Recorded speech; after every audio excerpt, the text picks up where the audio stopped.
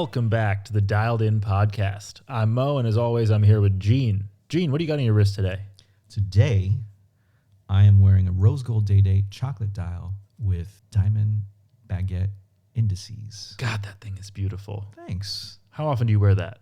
I think I've worn it twice. Okay. And I've had it for probably well over a year. All right. It's definitely not an everyday watch for obvious reasons. Well, I like that you thought this occasion was special enough to bust it out, so I appreciate it. You know, it is. Every Appreciate day, every opportunity to record an episode of the Dialed In Podcast with you is a special one. So, Here. Cheers. Yeah. With What our, about you? With, What are you wearing? with our Japanese whiskey that you got Absolutely. us. So cheers. I today am wearing a Patek Philippe annual calendar, not the platinum one that I've gone on about forever on this pod, but the 5205G. It's white gold with a beautiful blue sunburst dial. Yeah. Would you call it sunburst? Yeah, I would. I love this thing. Yeah, that's that. Okay. So I want to know what we're talking about today, and I think this episode came to be to make me look stupid, but confirm or deny. Well, you know, I've never made a watch buying mistake ever. Oh, So it is an opportunity for you to, a confessional for you maybe. You can atone for your watch buying sins. yes. No, but I've clearly made some mistakes and some, maybe not mistakes, but some things that I probably should have thought more about before I purchased them. And so what I think we want to talk about today in a more lighthearted way, frankly, is just the advice that we might give to our younger selves about pretty common mistakes when purchasing timepieces, and maybe others that are listening to this can avoid some of the traps that we've fallen into. Definitely. And as always, no barrier to entry here on the Dialed In Pod. Just a love for watches. So with that, Gene, let's get dialed in. Let's do it. So the one piece of advice that I can give off jump, and this applies to everything that we're about to say, at the end of the day, just buy what you like, buy what you want to wear, and try not to fall prey to maybe even people like us that might try to direct you in very specific directions. You've got to wear the watch, and you've got to like it. So don't be stupid. Podcast over. Is that Yeah, is that- done. No, let's do this in like kind of an organized way. Yeah. Okay. Let's start out talking about like emotional purchases or following trends. Yeah. You know, I think like falling in love with a watch in pictures is super, super easy to do. And particularly like getting caught up in the mass amounts of YouTube videos out there. It sometimes seems like the industry is just like pumping what you should love through these like watch influencers.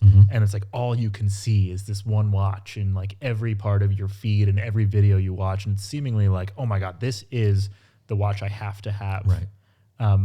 I don't think this is the case for this watch I'm about to mention, but I got to tell you, when I first started getting into watches, the amount of times I heard you have to have a Speedmaster, an Omega Speedmaster in your collection, particularly like a moon watch.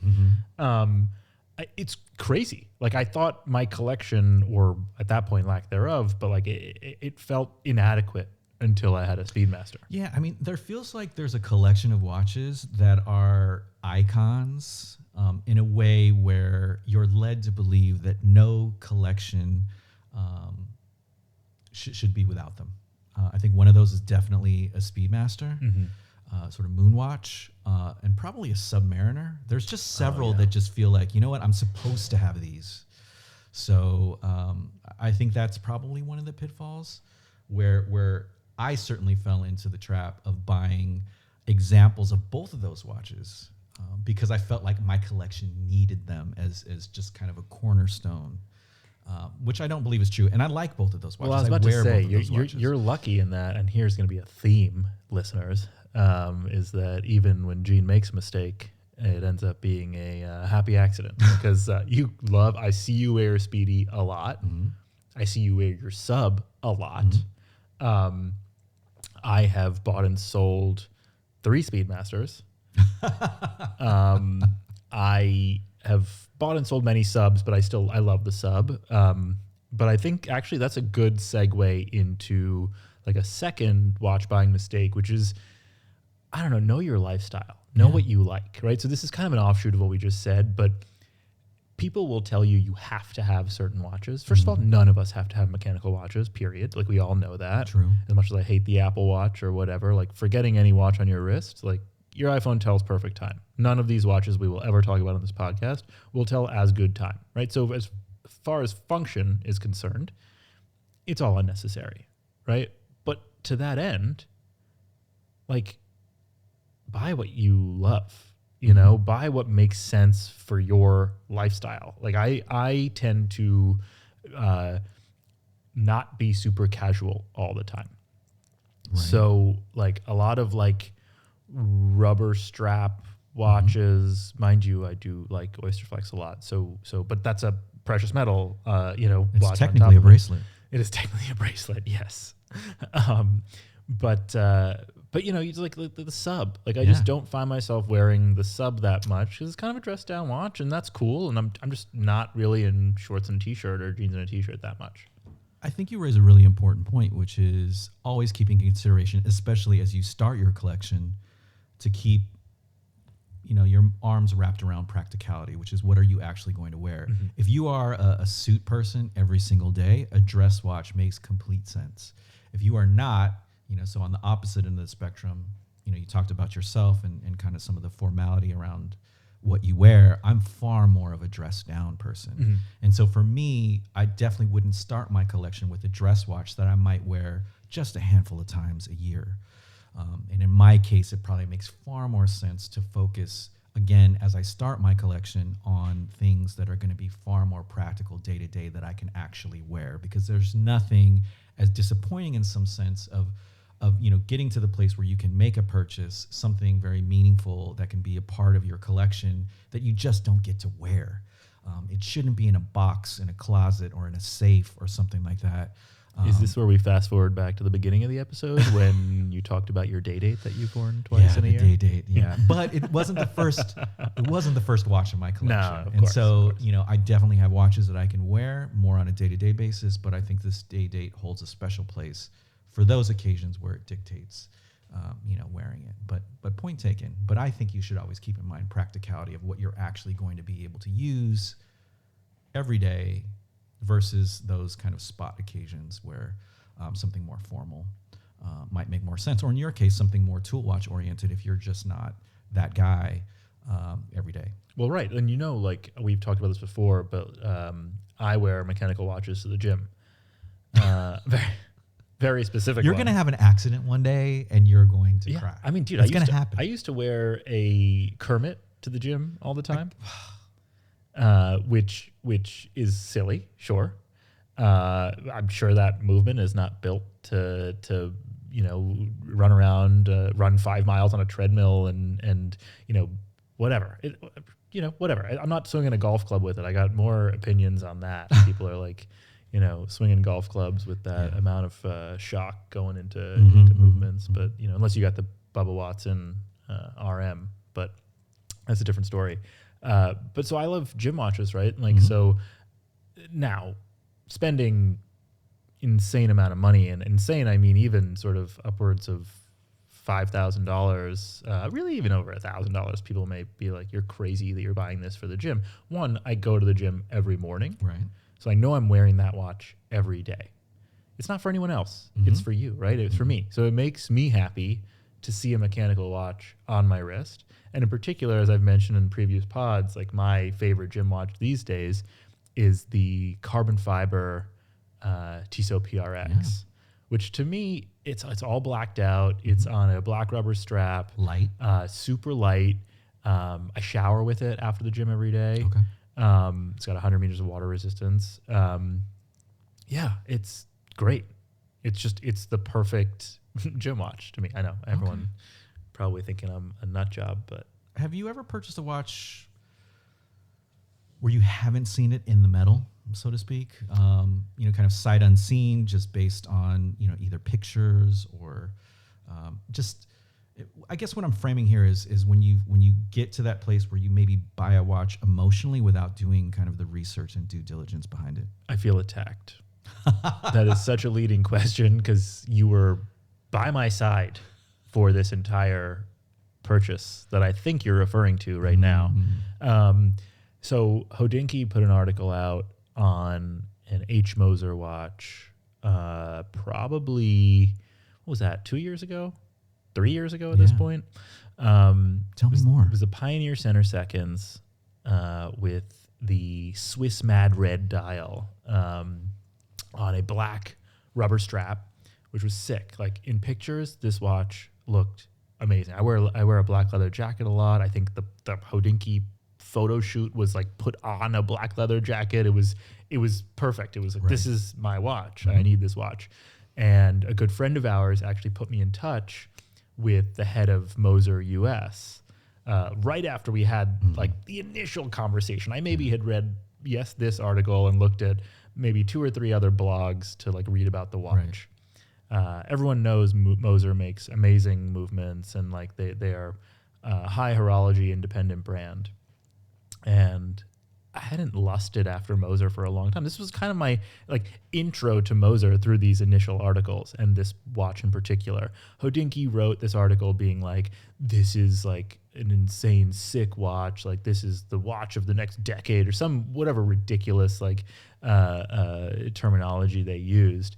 And I bought right into it, Gene. So I got connected to this head of US of Moser, a really nice guy. I feel like if you get connected to the head of US for the brand, you're kind of locked in at that point. Don't see you turning around and being like, you know what, I don't want that anymore. Yeah. Okay. So now we're bringing up 2 watch buying mistakes. One, buying emotionally from a picture and sight unseen, and 2 is exactly the pressure. Like you should these are expensive. No matter what price you're paying, these are expensive items that like you should just like you wouldn't buy a car the first time you see it just because someone said, hey, I spent 5 minutes talking to you about it. Like you should buy this car. Otherwise it was a waste of my time. Doesn't matter if it's a waste of your time. It's your job. But here I was excited about this watch, thinking that, oh no, Hodinkee wrote the article. Now this watch is going to go nuts. So let me buy it immediately. And outside of this article, you had never seen it in person, right? Never once. Okay. I had actually, but I had seen the guy who connected me to the Moser guy, wore a Pioneer Center Seconds in blue, which I had seen. I had felt, I had never put on my wrist, but I thought it looked amazing on his wrist. And so I was like, let's do it. Whatever. Let's done deal. I paid over the phone. It was shipped to me, and I got this watch. I put it on, and I almost knew instantly that it looked ridiculous on my wrist. So my wrists, as we've talked about before on this pod, and as you like to bring up many times, dainty ass wrists. You don't have dainty wrists. But this is a 43 and a half or something crazy millimeter watch with, as you've pointed out many times to me, 0 bezel. And so therefore this dinner plate on my wrist was just all dial. Okay. And I wore it maybe 4 or 5 times. Yeah. Sold it. So let's go back to the first time that you tried it on. Yeah. My suspicion is that you knew probably immediately that maybe there was a problem here. But you clearly convinced yourself over the course of several different wears that it was maybe okay. When did it finally dawn on you that, you know what, this absolutely isn't right? Like, what was that moment of clarity? It's when I realized I was forcing myself to pick it up out of the watch box. You know, I spent money on this at the time, not very well known brand. And I found myself justifying to people why I had it on my wrist. If you're finding yourself forcing yourself to tell people why the watch is cool, that's not a watch for you. Right? Why was I caring so much about what people thought? Probably because I realized how ridiculous it looked on my wrist. So I almost went into any conversation assuming someone was like, what the hell is that watch on your wrist and why is it so big? And so then I felt the need to take it off my wrist, show them the movement, which was beautifully crafted, obviously. Right. But yeah, I just knew.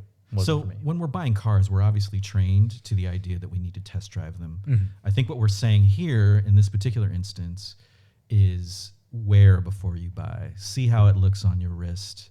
Understand, the comfort level, the optics of it all, proportions, all of that. I would imagine that had you been given that opportunity to actually wear it, that you might have second guessed or stopped yourself from purchasing it, maybe. 1,000%. Okay. I would not have walked out of the store with it. I wouldn't have been pressured to walk out of a boutique with it. But I will say it sort of lends itself to another watch buying mistake, which is, I just mentioned to you that, the movement is amazing and like, look at the craftsmanship. Mm-hmm. And like, listen, like Longa is one of, I don't know, they have some of the most beautiful movements I've ever seen, right? With the balance cock being hand engraved. Mm-hmm. Now, what I'll say is that is absolutely a reason to buy a watch. I'm not saying Yeah. don't buy it because the back of the watch is absolutely beautiful. But if the thing is 44 millimeters and like 14 millimeters thick, like you better put that on your wrist before you buy That's a it big for watch. the beauty of the movement. Yeah. You know what I mean? And so I think getting too caught up in specs Mm-hmm. and again what people tell you about the effort that went into the movement, all of that is important, but should not be the sole reason you are buying a watch. At the end of the day, this is still jewelry on the wrist. This is aesthetic. It's when you look down at your wrist, you're looking at the dial side. You're looking at how it fits on your wrist and how it fits with what you wear and what your lifestyle is. So I think you wanted to talk about water resistance in particular. Yeah, I think well, first of all, there's a couple different issues with water resistance. There's what a watch is rated for and whether it's actually the case. I think there's some disagreement amongst people that say a watch is rated for 50 millimeters if it actually can do that. But the point being here, and in particular to the watch buying experience, is that water resistance is one of those specs that is pretty consistently thrown in our face. It's one of the kind of core things that you ask about, or one of the things that's presented to you almost immediately. But I don't know. I've never worn watch, to 100 meters. I don't scuba dive. Yeah. I've never even been snorkeling. So it's not something that I should be tremendously worried about. But at the same time, I have found myself, like in the case of buying a Submariner, which, I would still get to this day, but it's just one of those specs that doesn't have that much practical value in reality, unless you are in fact scuba diving. Like if you are a scuba diver or you're doing something, directly underwater related for your work, by all means. But that shouldn't be the tipping point in your buying decision. Well, two things there. One, if you are a scuba diver or a professional diver, why are you still wearing a mechanical watch? And like, are you okay? Yeah. Digital watches here are like super important, Absolutely. right? When it's life or death, and you kind of need to know certain things. Like I don't know. As much as I love these things, like I probably wouldn't tell you to go buy a deep sea. Go with the digital watch. That's one. Two, practicality is the perfect way to describe it. Like the practical question here for a layman, for like 90% of the people listening here who are not professional divers, is can I take this in a pool? Mm-hmm. Is it going to be okay if it's submerged for like an hour in a pool? Yeah. I think the three considerations are pool, washing your hands, and maybe taking a shower. Correct. Those are the three use cases where 90% of people are going to get their watch wet.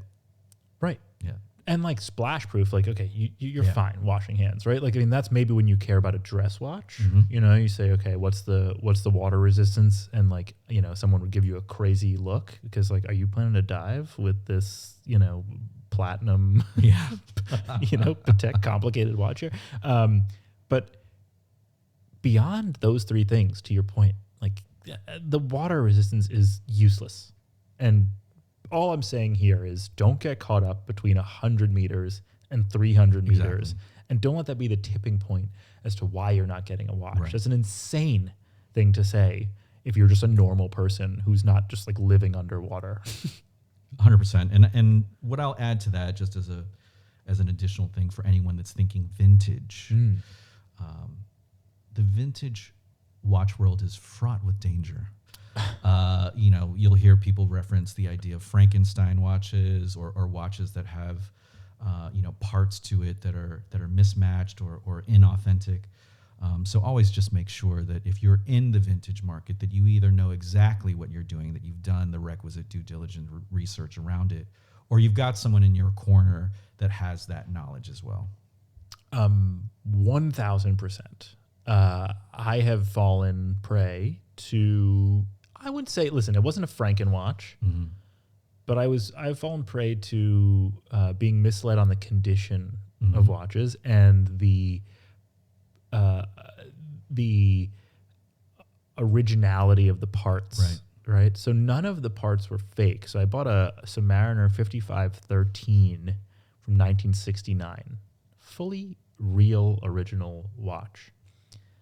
What wasn't true to the date of the watch production were the hands. And I only found that out when I went to go sell it. I loved that watch all the same, don't get me wrong. So I actually have no regrets about that. Right. I think that it was an awesome way to experience an old sub. Not my favorite things, to be honest. Like the bracelets are super janky and you kind of, I don't know, I felt like a Submariner is supposed to be the all-purpose watch that you kind of can do anything in. And if you have a 5513 from 1969, you feel like I don't want to move my wrist in the wrong way. I certainly would not have gone underwater with that watch. But when I went to go sell it, I think it was like Watchbox at the time, now 1916 company. Just even from the pictures, they were able to tell like, oh no, the lume on that on those hands are not right, and so we were pretty sure these were service hands, right? Which is fine. Like that's not a bad, but you just need to know that when you buy the watch. Totally. And that's the whole point. Is just know the watch you're buying. I am never going to claim to know what the hell I'm doing when it comes to vintage. Like that's not my area of expertise by any means. And so I would rely on an Eric Wind, for example. That man has dedicated his life to vintage watches, and the level of nerdiness can both amaze you and put you to sleep at the same time. And I respect that. Yeah. And so if that guy tells me something, I'm listening blindly. Yeah. Right? I think Eric Wind and probably Adam Golden from Mento Watches, same situation. I myself have fallen prey to that exact thing. I purchased a watch with the belief that if anything, it had gotten a light polish. I think when I got it in hand and as I looked at it and as I've shown it to a couple other people, probably a bit more over polished and lost some of the lug in particular in this instance. So yeah, I've been there before too. Again, just either know what you're getting yourself into or have someone in your corner that can give you the right guidance and feedback. It's amazing you bring up light polish because it makes me think of New York real estate, which is weird, but follow me on this for a second. So when you see like a cozy one bedroom, charming. Yeah. That shit means small. It's tiny. Yeah. Correct. Yeah, right. Yeah. Like lightly polished means like this dude tried. It's like a piece of sandpaper. Yeah, exactly. Yeah. So I don't know, learn to read postings, but going back to one of our first things we said is always, always, always try and see this watch in person before buying it. Do not buy something sight unseen until you've seen it in the metal. What about buying watches as investments? Terrible idea. Absolutely terrible idea. I mean, you're wearing a Panda Daytona. That I bought at retail, my friend. I know. So yes, Daytonas historically have always, always is not fair because we know they couldn't give them away in the very beginning. In the beginning, yeah. But modern, right? Like once Rolex had their movements in them, maybe even the Zenith era of Daytonas, they've always been the most sought after and sold for more on the secondary market. But that was a rarity. Then everyone lived through COVID. And for some reason, everyone and their mother right now thinks that watches are investments. There are very few people in this world who have access to watches at a price that are actual investments. And I have to imagine that none of our 12 subscribers or whatever it is are those people. 1,200? Yeah. Are those people, Gene. Yeah. So to the masses, my advice is do not buy watches for investments. I mean, you've seen this and heard this a million times, but people get so burned. And I've gotten burned. I had I actually hate that I sold this watch, and so I will probably buy it again at some point. Though that's an interesting topic too, of just sort of, do you buy a watch you sold? Is the Longa Saxonia ultra thin and white gold with the aventurine dial. Mm-hmm. I loved that watch a lot, but the only reason I sold it is because I, funnily enough, got offered a white gold Daytona at retail, very surprisingly, and sort of like, oh my God, I just bought this Longa like 2 months ago, and that's a lot of money to lay out.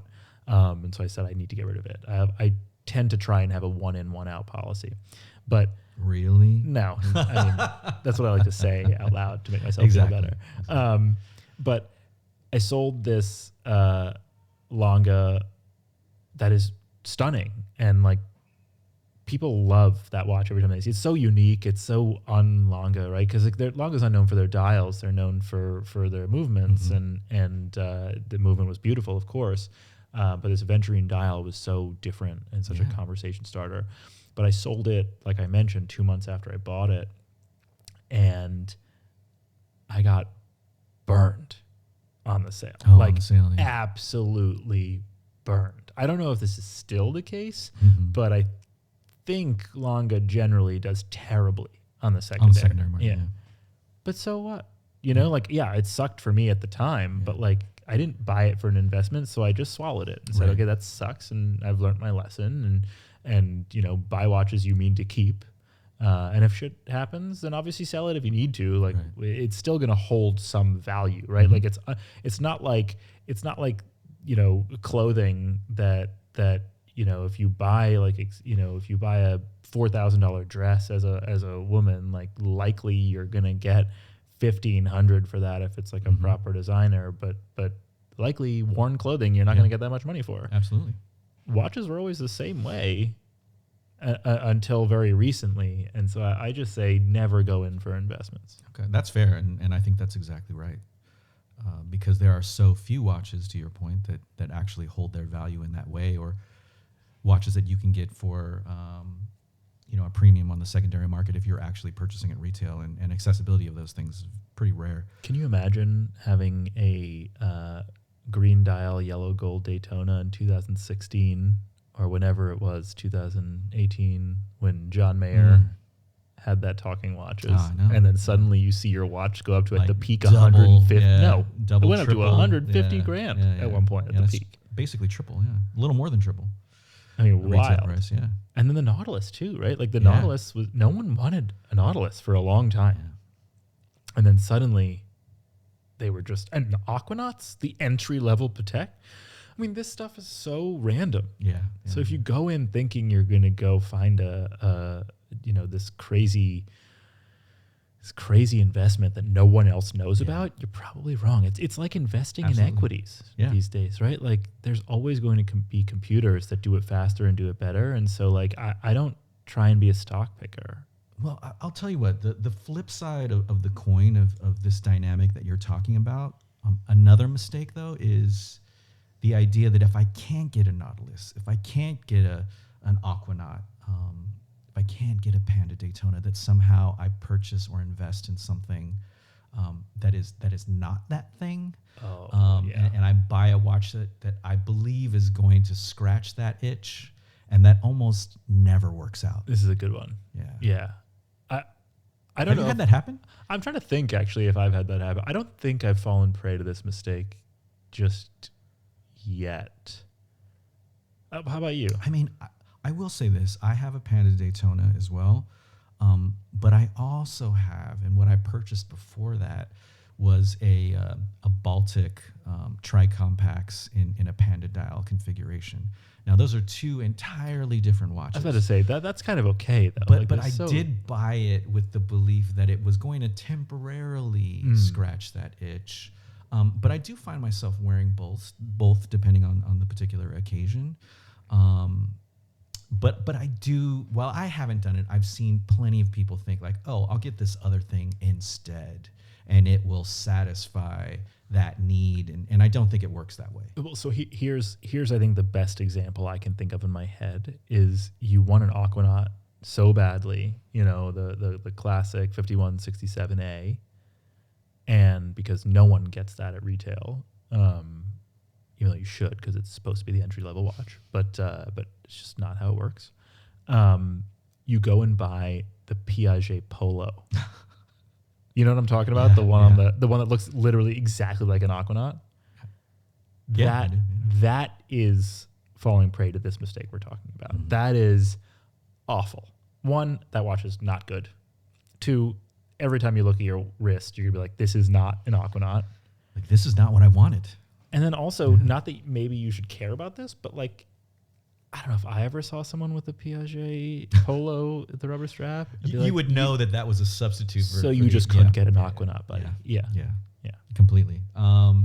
Anyway, some quick hit advice maybe on things you should do in terms of long-term ownership, right? One example I can give immediately is, and most people know this, but keep your original box and papers. I'll give you one example. I bought my girlfriend a ladies' Datejust, and she unpacked it and almost threw away the outer sleeve. And I was like, "Oh my God, what are you doing?" Yeah. And she's like, "What?" So yeah, I mean, maybe it's just a point that most people know, but probably worth just mentioning very quickly that keep all the packing materials. Yeah, I mean, box and paper. I mean, everyone knows. I mean, if you've tried to buy a watch online secondary, you see the price differential between a watch with box and papers versus quote unquote naked. It's a meaningful difference. Meaningful difference. With Patek in particular, or some other sort of older brands where you can get original papers. You can also have like extract from the archives. I think that's okay. To me, extract from the archives is as good as original papers. This is like the brand confirming all the details that you need.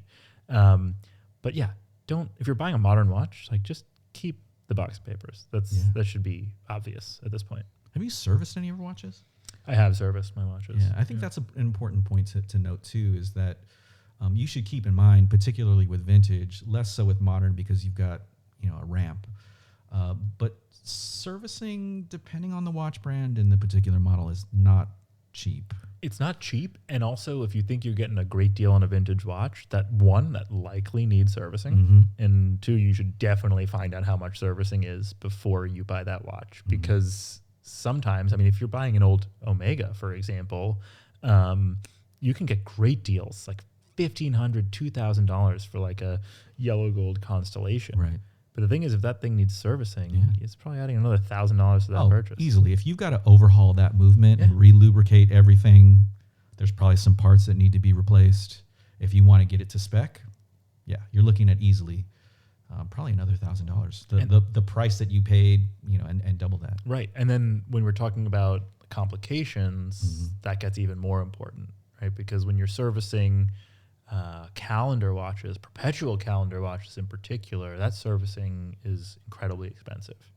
So definitely worth keeping in mind. Like, I just think servicing is an interesting topic generally. Like modern watches, right? Let's say I bought a watch 5 years ago.